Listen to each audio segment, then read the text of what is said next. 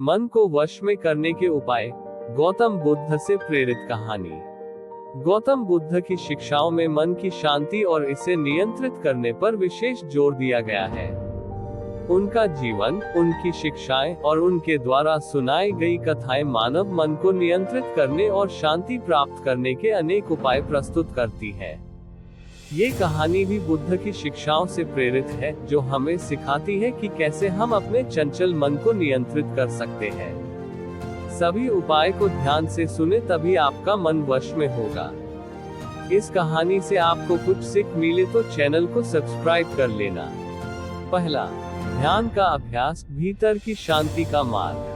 बहुत समय पहले एक गांव में एक साधारण व्यक्ति जिसका नाम अर्जुन था, अपने जीवन से अत्यधिक परेशान था। उसका मन बहुत चंचल था, कभी किसी काम में मन नहीं लगता और हर वक्त उसके मन में अनगिनत विचार चलते रहते। वह अपने मन की चंचलता से तंग आ चुका था और इसे नियंत्रित करना चाहता था। एक दिन उसने सुना कि पास के वन में गौतम बुद्ध का प्रवचन हो रहा है। उसने निश्चय किया कि वह बुद्ध से मार्गदर्शन प्राप्त करेगा। अर्जुन बुद्ध के पास पहुंचा और बोला, भगवान, मेरा मन बहुत ही चंचल है, मुझे शांति नहीं मिलती, कृपया मुझे इसे नियंत्रित करने का कोई उपाय बताएं। बुद्ध मुस्कुराए और बोले, अर्जुन, मन को नियंत्रित करने का सबसे पहला उपाय है ध्यान। ध्यान वह मार्ग है जो तुम्हारे मन को स्थिरता प्रदान करेगा। जब तुम ध्यान करते हो तो तुम अपने विचारों से अलग हो जाते हो और उन्हें देखने का अभ्यास करते हो। धीरे धीरे तुम अपने मन की गतिविधियों को समझने लगते हो और यह महसूस करते हो कि तुम अपने विचार नहीं हो। अर्जुन ने बुद्ध की सलाह मानकर ध्यान का अभ्यास शुरू किया। शुरू में उसका मन और भी अधिक विचलित हुआ, परंतु धीरे धीरे उसने अपने विचारों को एक बिंदु पर केंद्रित करना सीख लिया। उसने महसूस किया कि मन को शांत करने का पहला कदम ध्यान है, जिससे भीतर की शांति प्राप्त की जा सकती है। दूसरा, साक्षी भाव अपनाना, अपने विचारों से दूरी बनाना। कुछ समय बाद अर्जुन फिर बुद्ध के पास आया और बोला, भगवान, मैंने ध्यान का अभ्यास किया, लेकिन मेरा मन अभी भी बहुत बार विचलित हो जाता है। बुद्ध ने उसे समझाते हुए कहा, तुम्हें अपने विचारों को साक्षी भाव से देखना होगा। ये समझो कि तुम्हारे विचार तुम्हारे नहीं हैं, वे केवल तुम्हारे मन के उत्पाद हैं, जो निरंतर चलते रहते हैं। जब तुम अपने विचारों को साक्षी भाव से देखते हो तो वे तुम्हें परेशान नहीं कर पाते। बुद्ध ने अर्जुन को एक उदाहरण देते हुए कहा, जैसे आकाश में बादल आते और जाते हैं, वैसे ही तुम्हारे विचार भी आते जाते हैं, परंतु आकाश उन बादलों से अछूता रहता है। उसी प्रकार तुम भी अपने विचारों से अछूते रह सकते हो। अर्जुन ने इस सिद्धांत को अपने जीवन में लागू करना शुरू किया। अब जब भी उसके मन में कोई विचार आता, वह उसे बिना किसी प्रतिक्रिया के केवल देखता। इस प्रक्रिया से अर्जुन ने महसूस किया कि विचार उसे नियंत्रित नहीं कर सकते, जब तक वह स्वयं उन्हें महत्व नहीं देता। यह उसकी मन की शांति के लिए एक बड़ा कदम था। तीसरा, संतोष और सादगी का जीवन, मन को संतुलित करना। कुछ महीनों के बाद अर्जुन ने बुद्ध से एक और प्रश्न पूछा, भगवान, मैंने ध्यान और साक्षी भाव का अभ्यास किया है, लेकिन कभी कभी मेरा मन अभी भी असंतोष का अनुभव करता है। मुझे हमेशा कुछ न कुछ और पाने की इच्छा होती रहती है। बुद्ध ने उसे उत्तर दिया, अर्जुन, मन की असंतोष की प्रवृत्ति उसे चंचल बनाती है। संतोष और सादगी का जीवन जीने से मन को स्थिरता मिलती है।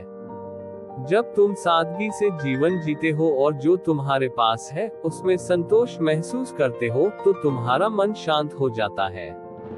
बुद्ध ने अर्जुन को एक कहानी सुनाई। एक बार एक राजा ने बुद्ध से पूछा, भगवान, मेरे पास सब कुछ है, धन, सत्ता, सुख सुविधाएं, फिर भी मेरा मन अशांत रहता है। बुद्ध ने उत्तर दिया, राजन, तुम्हारा मन इसलिए अशांत है क्योंकि तुम्हारी इच्छाएं अनंत है। जब तक तुम इन इच्छाओं को छोड़कर संतोष नहीं पाओगे, तब तक शांति नहीं मिल सकती। इस कहानी से अर्जुन ने समझा कि मन को शांत करने का एक महत्वपूर्ण उपाय है संतोष और सादगी को अपनाना। उसने अपने जीवन से अनावश्यक इच्छाओं को दूर करना शुरू किया और जो उसके पास था उसमें संतुष्टि ढूंढनी शुरू की। इससे उसका मन और भी शांत हो गया। चौथा, मायाचारी से बचना, वास्तविकता को स्वीकारना। अर्जुन को एक और समस्या का सामना करना पड़ रहा था। उसके मन में बार बार भूतकाल की घटनाएं और भविष्य की चिंताएं आती रहती थी, जिससे वह वर्तमान में जीने में असमर्थ था। वह बुद्ध के पास गया और अपनी परेशानी बताई।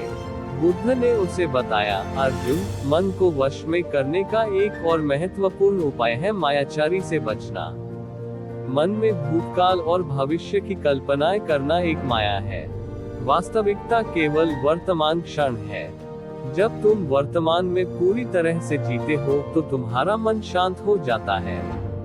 बुद्ध ने अर्जुन से कहा, हर क्षण को उसकी पूरी गहराई से जियो।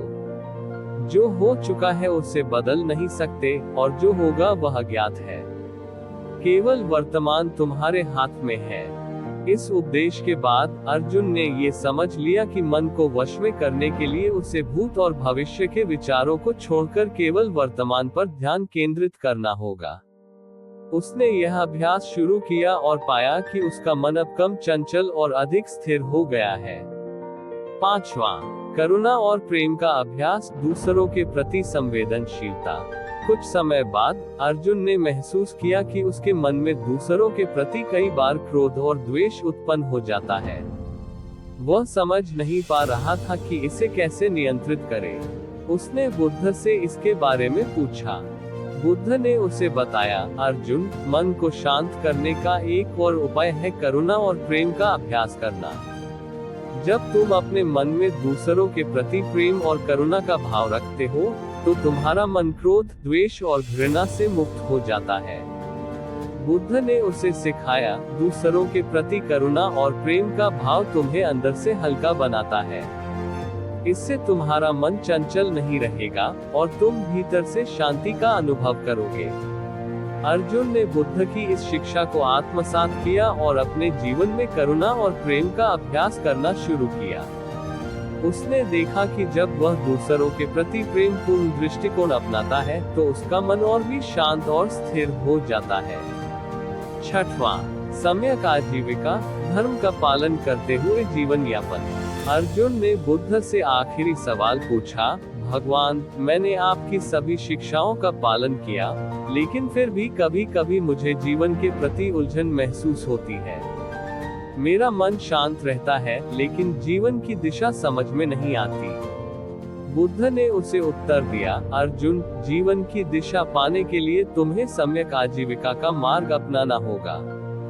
इसका अर्थ है कि तुम ऐसा जीवन जियो जिसमें तुम्हारे कर्म धर्म के अनुसार हो। जब तुम धर्म का पालन करते हुए जीवन यापन करते हो तो तुम्हारा मन स्वाभाविक रूप से शांत और स्थिर रहता है। बुद्ध की इस अंतिम शिक्षा ने अर्जुन को जीवन का सही मार्ग दिखाया। उसने ये समझ लिया कि धर्म के अनुसार जीवन यापन करना ही मन की शांति और स्थिरता का अंतिम उपाय है। निष्कर्ष, इस तरह अर्जुन ने बुद्ध की शिक्षाओं का पालन करते हुए अपने चंचल मन को नियंत्रित करना सीखा। उसने ध्यान, साक्षी भाव, संतोष, करुणा और धर्म का पालन करते हुए एक संतुलित और शांत जीवन जीना शुरू किया। गौतम बुद्ध की शिक्षाओं ने उसे यह सिखाया कि मन को वश में करना संभव है, अगर हम सही दिशा में प्रयास करें।